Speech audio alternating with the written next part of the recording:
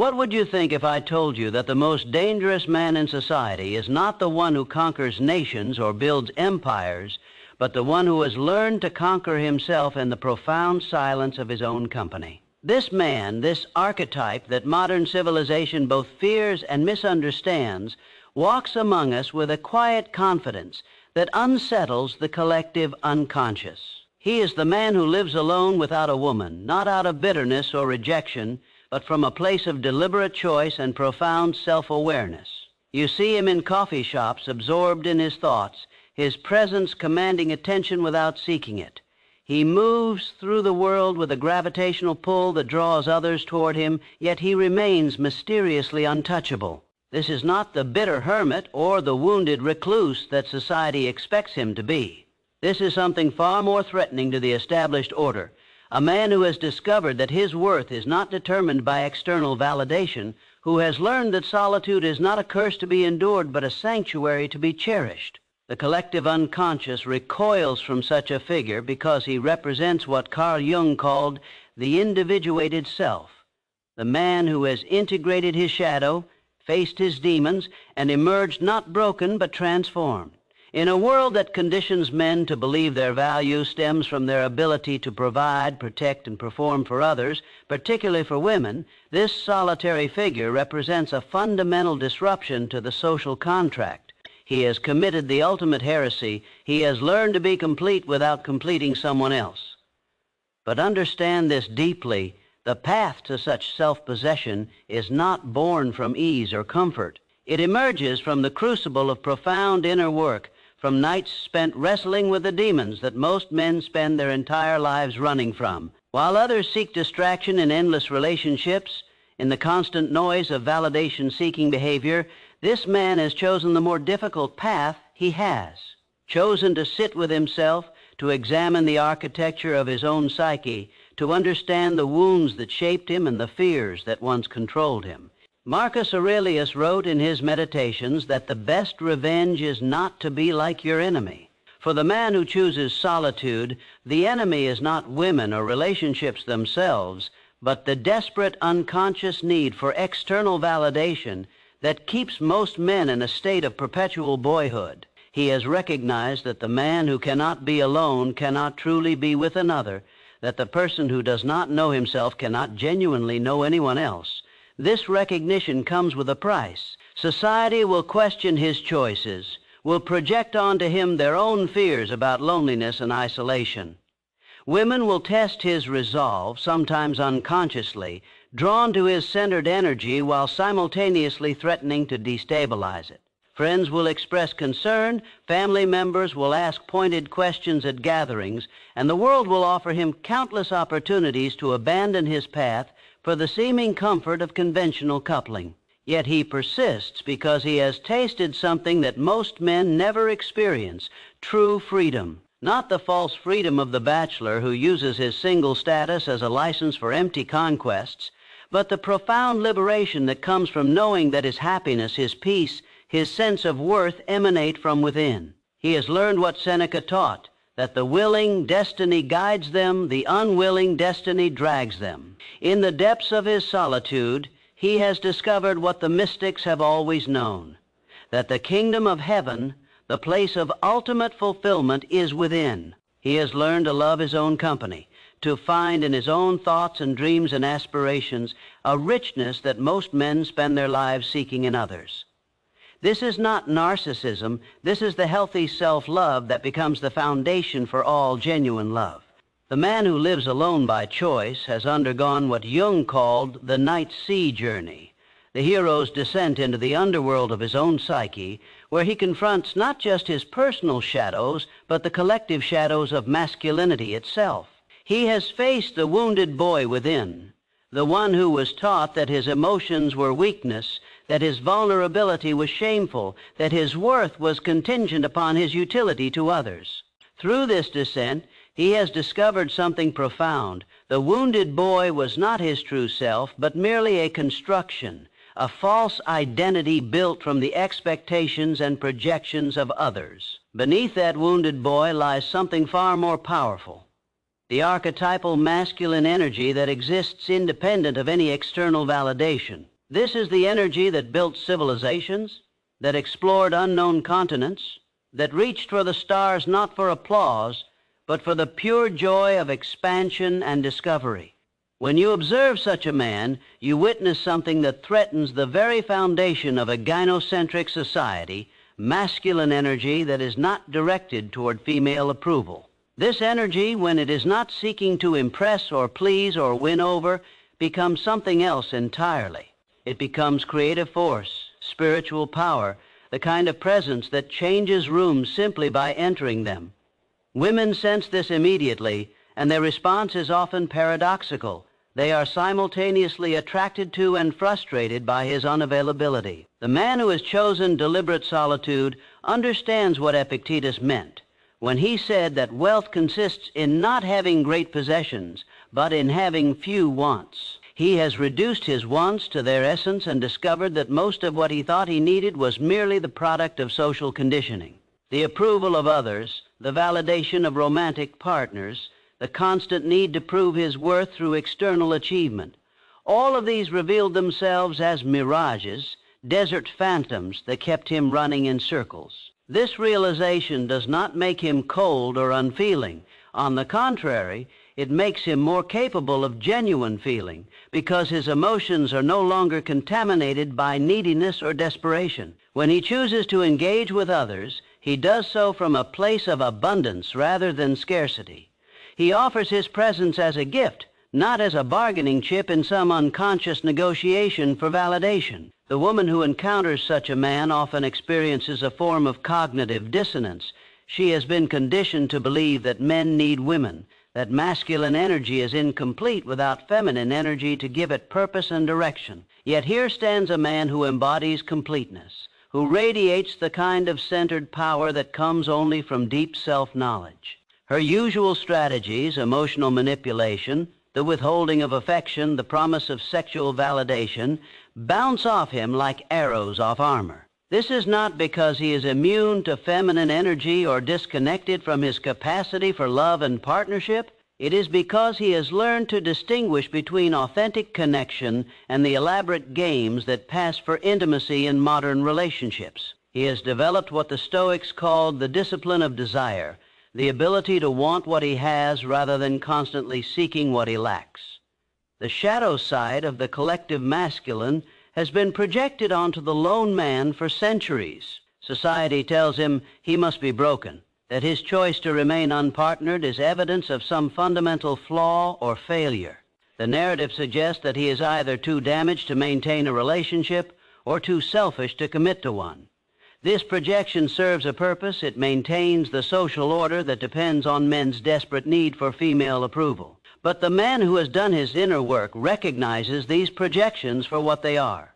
He understands that the discomfort others feel in his presence is not about him, but about their own unlived lives, their own unexplored possibilities. He has become a mirror that reflects back to others their own fears about independence, their own terror of facing themselves without the distraction of constant relationship drama. The journey to such self-possession is not a destination, but a continuous process of becoming.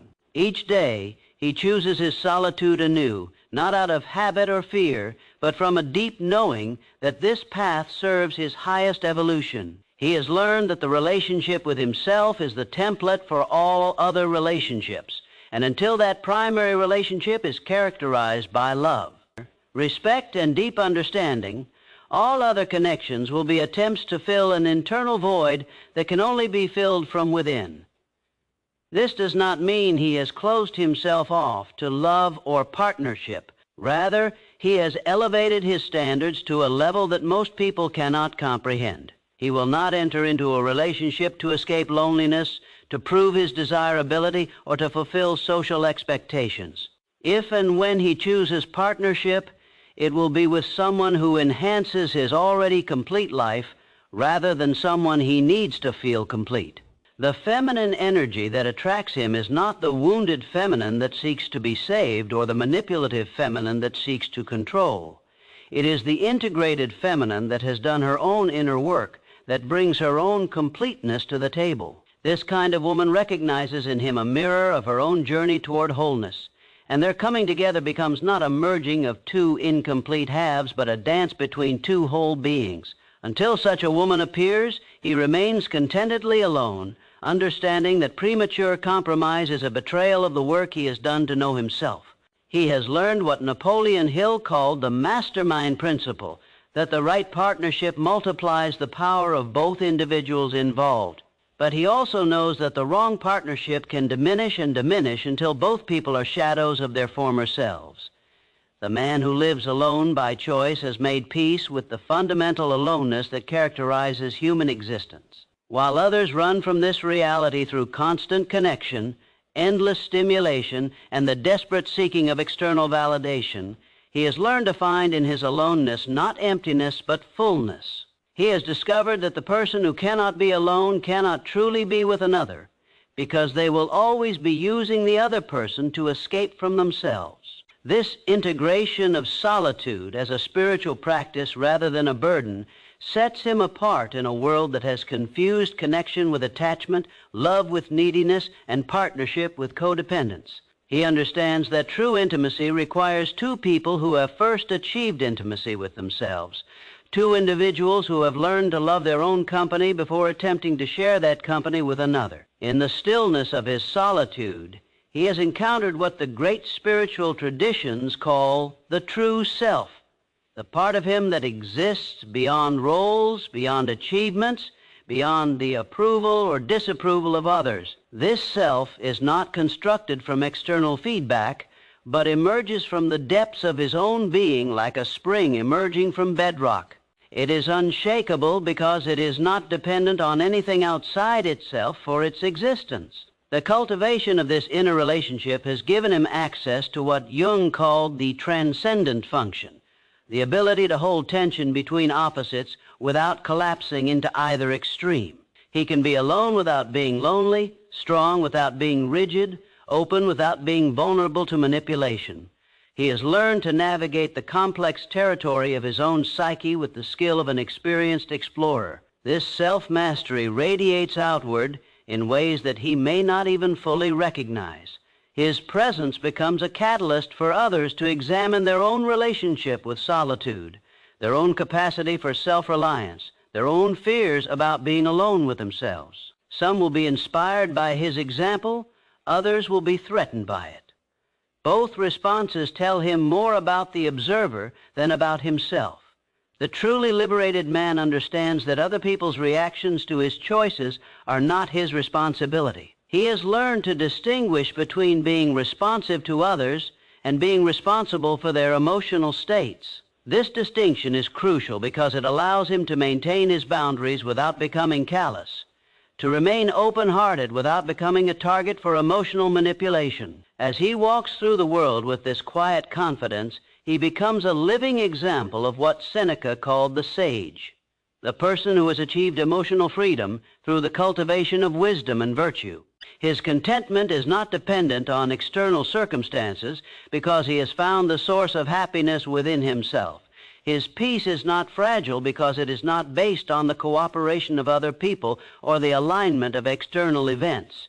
This inner work has taught him that most of what people call love is actually a form of mutual neediness, a trading of insecurities rather than a genuine celebration of each other's essence. He has learned to distinguish between the love that liberates and the love that binds, between the love that encourages growth and the love that demands conformity. The man who has chosen conscious solitude has accessed what the alchemists called the philosopher's stone, the ability to transform the base metal of loneliness into the gold of solitude. This transformation is not achieved through thinking or analyzing, but through the patient practice of being present with whatever arises in the sanctuary of his own company. In this presence, he has discovered that the self is not a fixed entity, but a dynamic process, constantly evolving and deepening.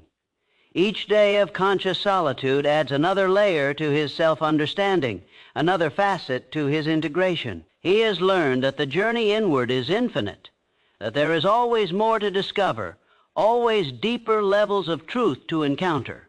The world may label him as avoiding commitment, as being afraid of intimacy, as being selfish or emotionally unavailable.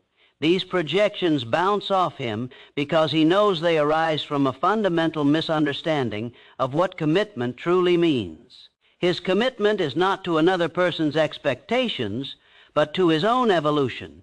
His intimacy is not with someone else's needs, but with his own deepest truth. This truth has taught him that the most profound relationships are not born from neediness, but from wholeness.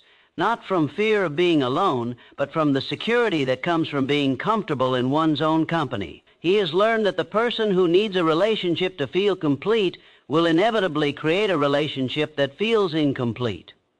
The feminine energy that recognizes his wholeness does not seek to possess it, but to dance with it. She understands that his solitude is not a rejection of relationship, but a preparation for sacred partnership. She sees in his self-possession not a threat to her own power, but an invitation to develop her own. This is the woman who could potentially call him out of his chosen solitude, not through manipulation or seduction, but through the recognition of a kindred spirit who has also done the work of becoming whole. Until such recognition occurs, he remains contentedly in his temple of solitude, understanding that this sacred space is not a waiting room, but a destination in itself. He has learned that happiness deferred is happiness denied, that the man who cannot be happy alone will not be made happy by another person. In the end, a man who lives alone by choice has achieved something that most people spend their entire lives seeking: the unshakable knowledge that he is enough. Not enough for everyone, not enough to meet all expectations, but enough in the most fundamental sense: complete, whole, and worthy of love, simply because he exists. This knowledge transforms everything. His interactions with others become acts of choice rather than desperate attempts at validation. His solitude becomes a source of strength rather than something to be endured. His very presence becomes a gift to the world because it demonstrates what is possible when a human being chooses the difficult path of true self-knowledge over the easier path of external validation. The man who knows his worth doesn't chase, he chooses.